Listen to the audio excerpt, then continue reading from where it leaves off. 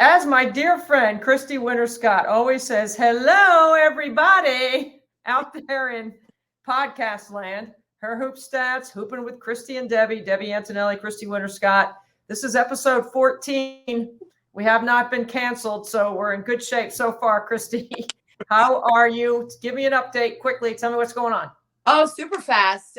Well, the leaves are falling. It's pumpkin spice stuff everywhere. So I just want to give a little love to my daughter, Bree. She's a senior at Georgetown. She had an injury at the end of the season last year, but, the season's about to start. She's unsure about whether she'll play or not. So I just wanted, the basketball community to send out some good juju to my baby girl, Bree Scott, over there with the Hoyas. I got you. You know what? I'm going to look at the schedule when we're done and find out when the last home game is, because I know that's senior night. I'm going to try to be there for you, Christy. Because if you're there, I need some tissues. I'm going to need a whole box. Yeah. So that's what's going on. Official visits coming up for Jordan and in the next several weeks. So that's going to be interesting. And I'm in Indy. We've got 6 of the next 7 games at home. I've got 6 of those, I think. And I'm excited to be about being here. And then I'm going over to Louisville to see my boy for a couple of days, Patrick. So I haven't been to Louisville since he's been there. Obviously, I've been going to Louisville for, who knows, 23 decades. I don't know. But I'm looking forward to seeing him in his environment over there at the university. I check on both the teams while I'm over there. So that'll be fun. Yeah. Do a little media training with the Louisville Cardinals while I'm over there. He's got 8 freshmen, Jeff Walls. Wow, 8. Yeah. 8. Wowza. Yeah. That in the transfer portal situation that basketball has become, 8 freshmen is kind of uncommon. He's got it is, but it's Jeff, he's got talent. They're talented. They'll be good. And he's got Big O remaining, Olivia Cochran. Gotta love Big O. She's back for her 5th year. So anyway, all right. So let's talk a little bit about the week that we just had, because there's been so much conversation on so many hot button topics. Let me just say this. Let's go. I have a double major in business management and economics, and I have been putting it to use all season. Last November, I started with Clark-onomics. I've printed T-shirts. I've been talking about it on the air. Let me make it clear what Clark-onomics really is, because I'm not one for cliches. Right. Although the one cliche that people keep talking about is the rising tides lifts all boats. Well, if every player in the league is a boat and a tide comes in that changes the dynamics, the purview, the economics, the growth, the ticket sales, the TV revenue. If a tide comes in and one has a bigger wave, the tide has one person with a bigger wave. There's a lot of waves in the tide, but one is bigger. It's called Clark-onomics. Yeah. A rising tide lifts all boats means everybody rises with the tide. Everybody's color is green. Everybody's growth is green. Every metric in the game is green. It is great. We're all making money. I'm making money. I'm doing the fever package. I am back. I was there for 18 years. I left for economics. I'm back because of Clark-onomics. It's pretty simple. I mean, I don't get why people have a problem with it. Right. Does it matter? And you know what? I heard somebody talking about respecting the legends, respecting the people that have helped lay the groundwork. Well, every time I go on the air, I'm not talking about Senda Berenson moving forward. Now I'm being sarcastic about that, right? But What about Lynn Dunn? What about people like Gino and Pat and Tara and Kim? And you go right through their legacy as players and coaches, the way the game has evolved and grown, they all have a piece of that. Right. They all would celebrate. We should just be celebrating. Yes, the league had a few metrics that were better. Yes, the league kept getting better. But the tidal wave of Clark-onomics has changed everything for the better, except for those on social media that troll and hate and use racism and other things to try to separate us. That is wrong. That is Go. That is absolutely wrong. Where's my church fan? Because I am in total agreement because, I understand, Nancy Lieberman was talking about being an unpaid pioneer and today's players are paid pioneers. And I get that full on. And when you're talking about the past players and the past ground swellers, if you will, or the rising tide people who changed their respective games. And Nancy Lieberman referred to Michael Jordan in that sense, and also Tiger Woods in that sense. Right.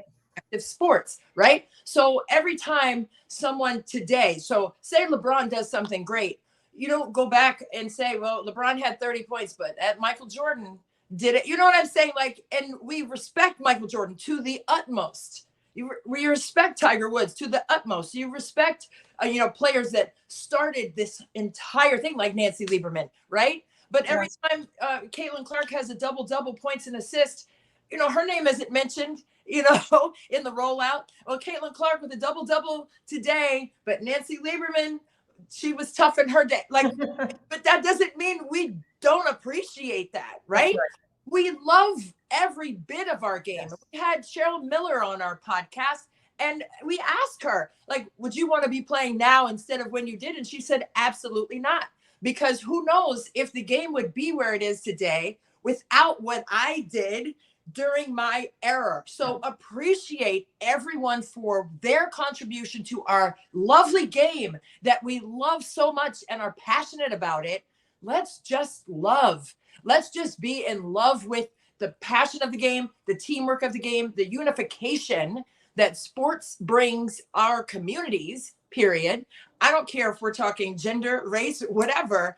Like, we're all in this together from day one, whenever that was, right. We have together in all of this. And for me, just being one of those unpaid pioneer people in a role-playing situation all through my career, listen, you have to be a star in your role now out of the game, right? That's and right. For both of us, like, we have to start in our role to give love to and flowers to the players who came before.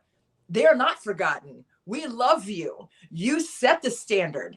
We wouldn't be here without you, right? I'm talking about the current players. They wouldn't be on this stage without standing on the shoulders of the ones who came before. So let's just respect everyone for the different eras that they presented in our game, because all of them have been a part of the groundswell. And we need this upheaval of respect for our game, period. And the Clark-onomics, if that's what it's going to take to get it there, then let's go. And that doesn't discredit any of the other rookies who came into the class, like Angel Reese and everyone else who have been ground swellers. Let's just let them be where they are today and not discredit them for getting that attention, right? Because it's because of you they have the attention. And that's where I am with it. It's a short window as a player. There's going to be more opportunities to stay here and not go overseas. Are the ones that had to go overseas for decades to make money are going to be against those that don't have to because the economics are better? I mean, there's so many different parallels here that you could pinpoint one situation after another. And, to me, like, if you don't have anything nice to say, don't say anything else. Don't say anything. If you don't have anything nice on Twitter, just keep your opinion to yourself. Does anybody really care what your opinion is? And would you value that opinion if it was somebody that you didn't know that said something to you? Like, who cares? Like, Christy, if you said something to me about my broadcast or my opinion on something, that would matter to me, but we would have a conversation and then we'd move on. I mean, that's the way it would be. But, the social media aspect of it has helped our game grow immensely. It's helped the players' NIL value. It's been important in the space. So let's use it for the appropriate way, not for all this other stuff. I honestly, I have called more Caitlin Clark games than anyone. Yeah. And I am really amazed at this young woman, how she has done only this: work hard, come prepared, play her best, give her teammates an opportunity to be at their best. Does she make everyone else better? Yes. When you look at Kelsey Mitchell and Aaliyah Boston's numbers from last year to this year, it's like 1 point per game difference. Right. But look where the Fever are. They're right now in 6th place. They've won 17 games. They haven't been above 500 since 2016. When we referenced the great Tamika Catchings, and there was nobody who better embodied greatness and team play than Tamika. Okay, so she retired in 16, and the Fever prior to that her retirement. For 12 straight years have been in the playoffs. Nobody has that streak. 12 consecutive years. This is a very storied franchise in a market that cares about basketball. It is great. Okay. Caitlin hasn't done anything wrong. She hasn't said anything wrong. Yeah, she fights back on the floor a little bit because she takes a couple of tough shots. Just because she's getting more flagrant fouls on her than anyone else doesn't mean it's racially driven. Right. It's not a race thing. No. I'm so sick of it. Yeah. It's really, I mean, come on. Let's be honest. We're ballers. We play. Yeah. You know what? Is it part of the game? Yes. Is bullying a part of our society? Yeah, and everybody's trying to get rid of it. Right. Okay, do we have it in the game? Yeah, we have a little bullying in the game. It's part of intimidation factor, whatever. I mean, that wasn't me as a player. I wasn't like that. I usually needed protection. Yeah. I didn't have the ability to take anybody out or do anything that was going to bother somebody else. They would be like this. Get that little that guard off me. Yeah, that was the same. But I mean, I just think Caitlin hasn't done anything wrong, Christy, on the court or off the court. She hasn't said anything wrong. And if you listen to her in post game, it's about team. It's always about team. And it's about the growth of the game. If you think about those two things and then you listen through that lens, that's what you hear. Yep. And watch the game through that lens as well. And, you were talking about how, just the hard hits that she's taken, right? At the beginning of the season, I think, 55 blitzes. But now she unraveled that, right? So now she's not seeing as many blitzes from opponents defensively because now she's reading and reacting at the WNBA level, right? And it is more physical. But you said that she was in the weight room over that Olympic break. You can tell that she's stronger. You can tell that she's braced herself for the physical play that she's going to receive. But you're talking about the flagrant fouls. I saw the stats on that from the Her Hoop Stats podcast, the network. Right. But hey, she has 5, right? Of the 17 flagrant fouls, she has 5 of them this year. Last year, Ariel Powers had 5 against her, right? But in more games so far because we're not through the season yet. So it's not like, it's something new this year and like, oh my goodness, that number is crazy high. Like, no, that's something that happens in the WNBA games. That's something that happens in NBA and college games, like for that matter. So it is physical. We're going to magnify it because, how many have been against Clark? And she does have the most against her in the league this year so far. But that doesn't mean that, it's anything other than physical play. And she's a great player. She's on the court a lot. She has the ball a lot. Like all the other factors that go into that, have to be considered. And it isn't race. Like they're not going after her because of that, right? They're going after her because she's hurting their team because she produces so much offense for the Fever, whether she's scoring or assisting. What did she have? 28 points and 12 assists in the last game. So how much value does she bring to your team?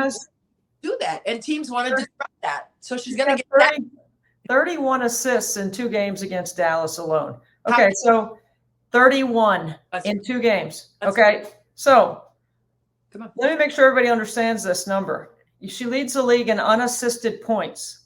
That means no screen, nobody helping her. This is off the bounce, one-on-one, not catch and shoot. This is driving to the basket or creating on her own, step back threes, separation where she's not using a screen. Okay, unassisted. Wow. Leads the league. She also leads the league in assists. Now, I haven't done the research on it, but I'd like to know who in our game ever has been able to do both of those simultaneously. Thank you. Thank you. So now let me talk about Angel. Let's go. Okay. I have so many people that stop me all the time and ask me about Angel. Okay. I say the same thing about Angel that I've always said.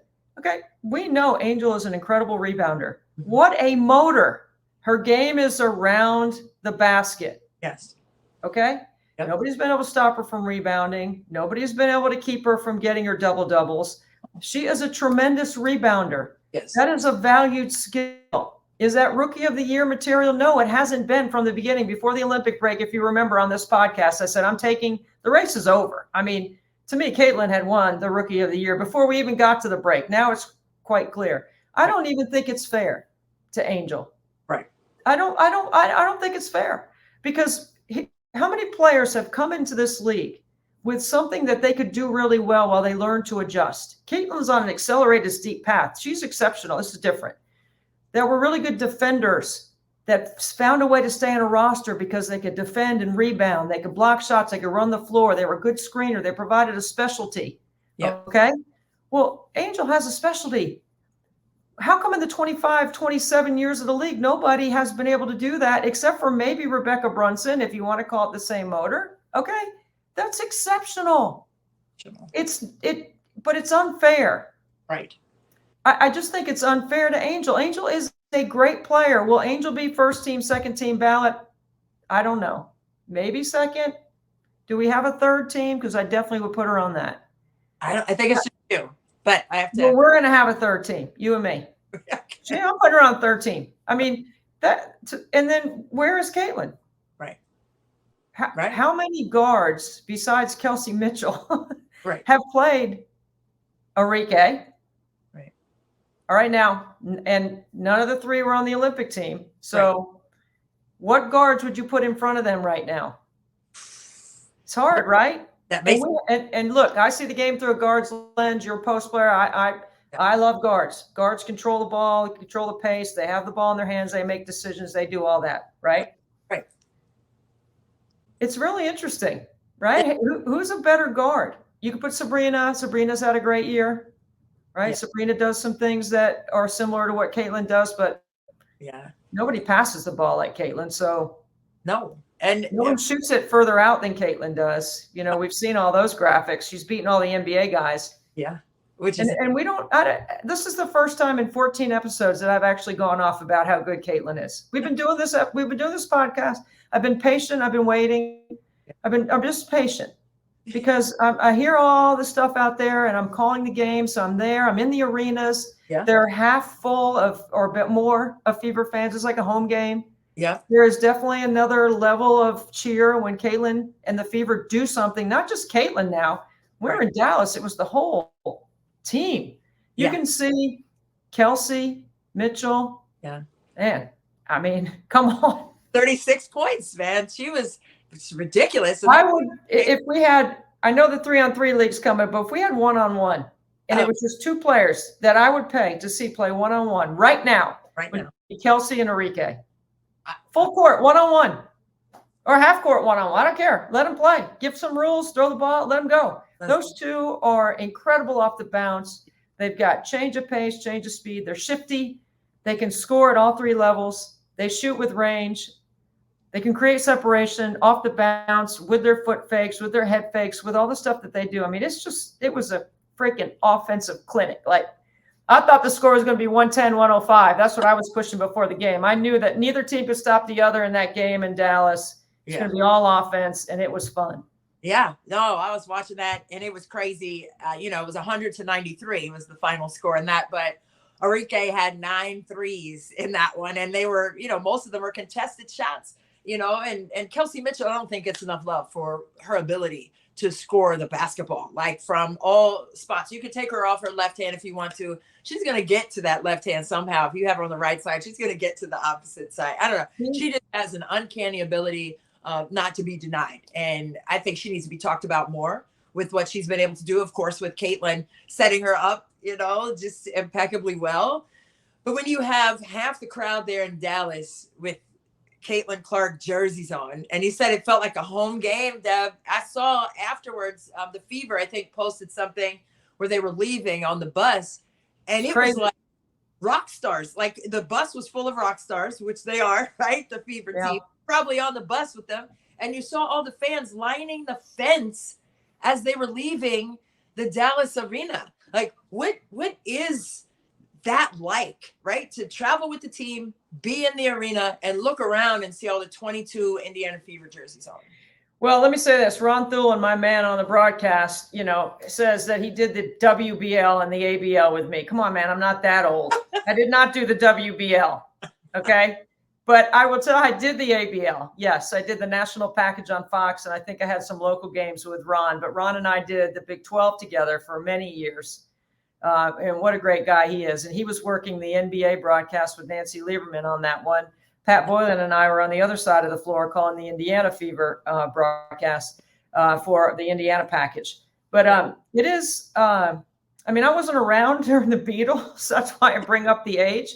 But I swear, the screaming girls, the amount of attention, the adults that are trying to get a piece of Caitlin, it's so crazy. And the rest of the team has been able to enjoy it, and it's taken some time, right? This is unprecedented attention on the game. And with that, all your warts are exposed as well. So there has been. Now, look, I wish we could just break down the basketball part of it. Like, just make it about basketball, keep the facts where they need to be. Yeah. There's just so many growth plateaus for this team, and not just Caitlin's growth. 10 turnovers in game one, 25 games, 26 games later, she's got the WNBA all-time assist record for 19 assists in a game. So you see that kind of growth in her. You see an incredible amount of decision-making in Aaliyah Boston. You see Kelsey being able to be free with more space to do her thing. And then Alyssa Smith, she could be a double-double every night. And really, Christy Sides doesn't even have to run a play for Alyssa. She's so good at getting things out of the offense, or when the offense breaks down and in a late clock, she can make a play as well. But it is like the Beatles. I got to believe, like, it's crazy. Like, the people that line up that want to get Caitlin. And it is, if you want to be jealous over that, okay, then that's on you. But if you look at the big picture, it's remarkable. This is my 37th year on the air. I've never seen anything like it. Nobody's seen anything like it. But this is what we've all been working for, towards this, right? We want this.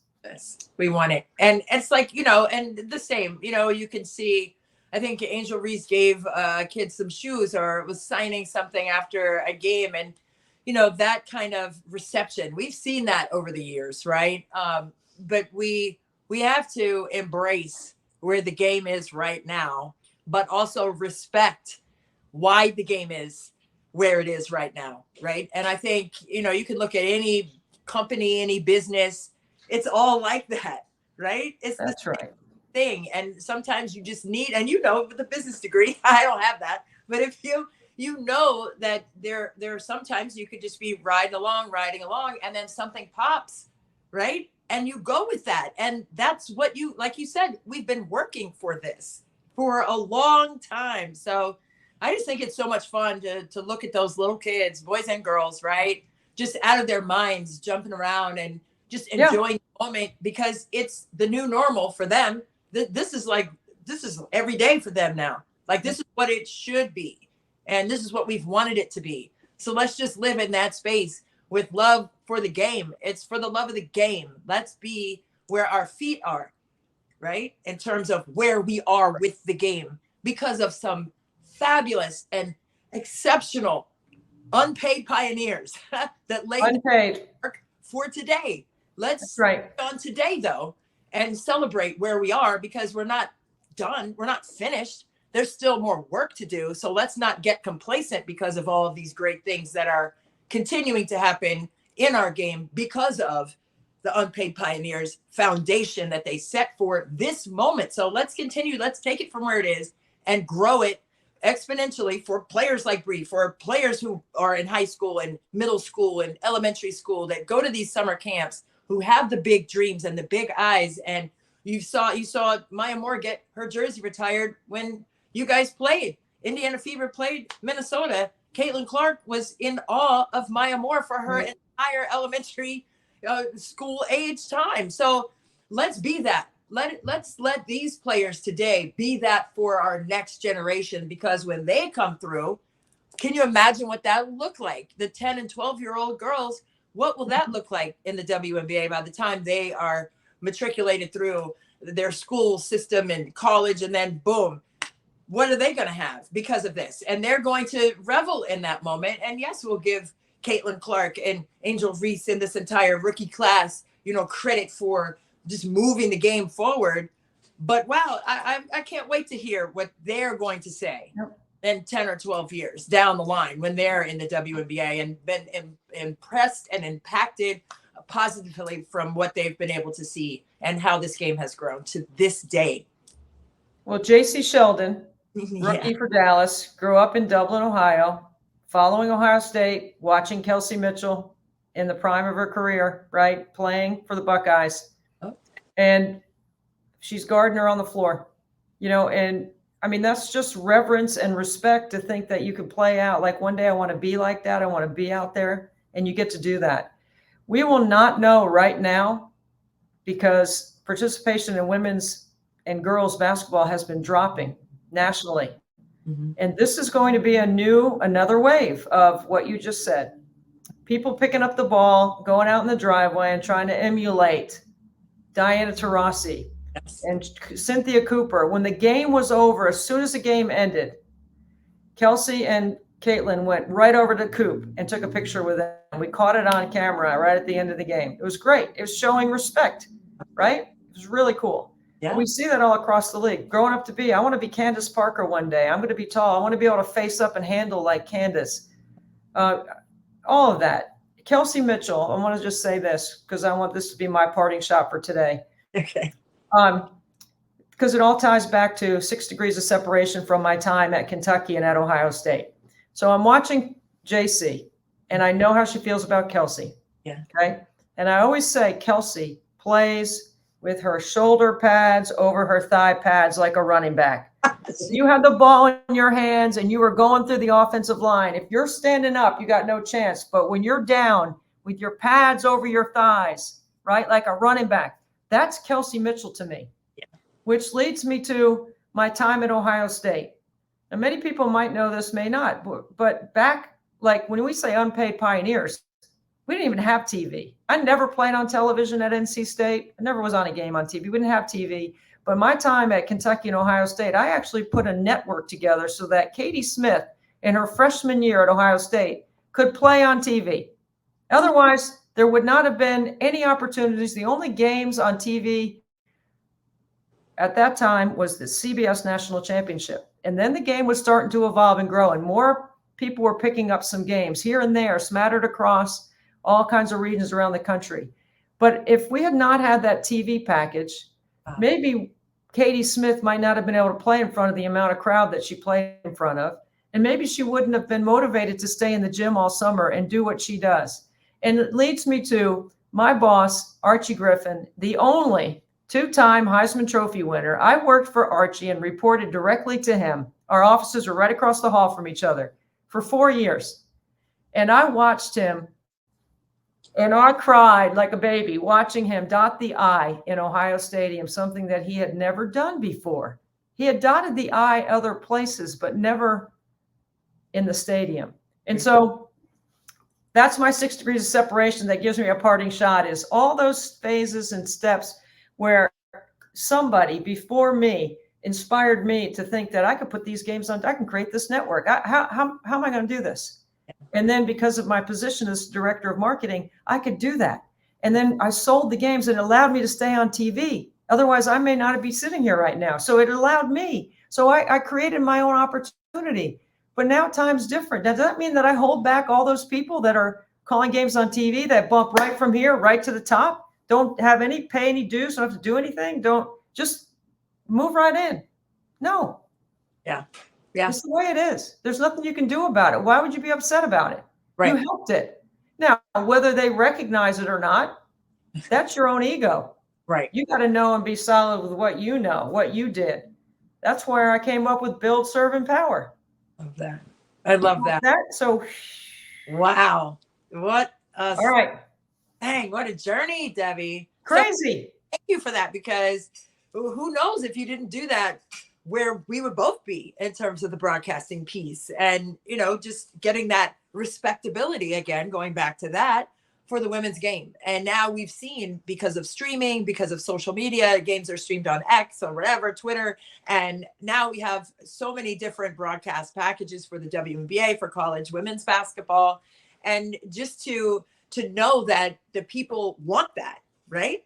And now we're selling. It's selling. Do you realize that we were bonus inventory? Do you know what that means? That means that some sponsor bought a package on the men's side and we threw extra inventory into the women's game, meaning those advertisements that you saw running in games weren't paid.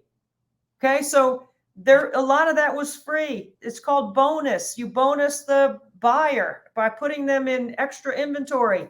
But now we're selling. You got to realize what that means. Yeah. for the It game. gives us a seat at the table in different ways. It brings corporate America. Only 6% of corporate America is spending money in the women's game, women's sports. It's got like we need all this. We need it. We need it. And that's what, if there's not a seat at the table, you pull up a lawn chair, and that's what you did. And we love that. And we love that because that's what it takes, right? It takes the dare to be, the audacity to dream and execute. And you did that, my friend. So we're all doing it. We're all doing it right now. Everyone. We are. Everyone that's lacing up, that's showing up, that's in the arena in whatever capacity. How can you not enjoy being in a full house? Right. I mean, who wants to go back to a not full house? Right. There are a lot of places around the league that still don't sell out every game. Yeah. That's true. Okay. It's where we are. And that's just a microcosm of where we should be in life anyway. Be where your feet are, but don't be content with where you are. You're still pushing and still, trying to make some dreams come true for the next generation of broadcasters or players or whomever. We hope. Whatever. Like, we're all out here, but we all have to appreciate. And, by lighting a flame, it doesn't dim another. So all the flames are lit up. All the flames. Amen. We are, indebted to, the players and coaches, right, who came before this era of basketball, right? And so I don't know about you, Christy. I'm going to keep doing the same thing. I'm going to work hard and prepare. I'm going to deliver, with fairness and with excitement and with entertainment, a great product to the best of my ability. Been doing it for 37 years. I love the game. I love the people in the game. It's what keeps you going, keeps you on the road. We travel. We got family, right? I mean, it's a sacrifice in some ways. But if you love it, yes, and I love it, and I know you do too, and that's why we have her hoop stats. That's right. For the love Hoopin with Christy and Debbie. Yeah, for the love of the game. That's what it should be, man. And it's all of it. It's the roots of the game. It's the tree stump of the game, but it's also the fruits at the end of the leaves on the tree that we love all of it. And it's not Pollyanna what we're talking about. This is real stuff. It's real stuff, man. Love it all. Love the entire tree and the roots and the tentacles of it all. Like we're all in this together at some portion of the growth of that tree. We've been a part of it. And you just have to appreciate that's what I say all the time at summer camp. It's like driving a car. It's like, you got to have the steering wheel. You got to have the gas, the brakes, the windshield wipers when it rains. But everybody can't be the windshield wiper. Everybody can't be the gas pedal. Like you have to be what you can do to help move us forward. And that's accept your role and be grateful for the fact that you have an opportunity to be that for the team. And we're all, like you said, Debbie, a team in this. And that's what it takes. Be a star on your role. Go do your job. Be great at your job, because that is what is going to continue to move us forward where we all want to be. Period. And that's episode 14, where Christy references gas pedals, windshield wipers, and lawn chairs. This is Hoopin with Christy and Debbie. Thanks for being with us. Christy, see you next time. See you. Love you.